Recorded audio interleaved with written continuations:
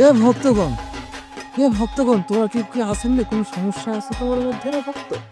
মা মা তুই কিন্তু সারাটা সিঙ্গেল করে রাখো মা। আস্তে আস্তে 14 ফেব্রুয়ারি চলে যাবি মা। তবে একটা গার্লফ্রেন্ড দিবি না মা।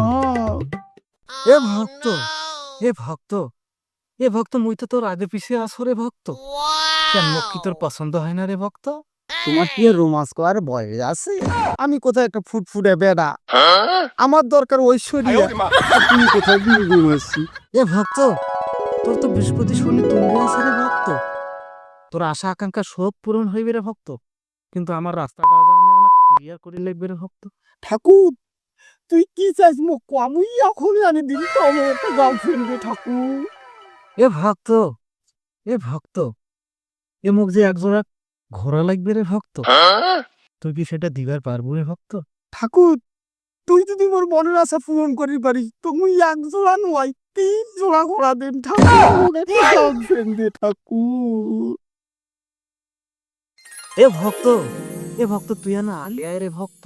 তুই তাও রাজি আছো তো আমার গার্লফ্রেন্ড নেই? এ কাম হয় নিছে রে, তুই বলা থাক।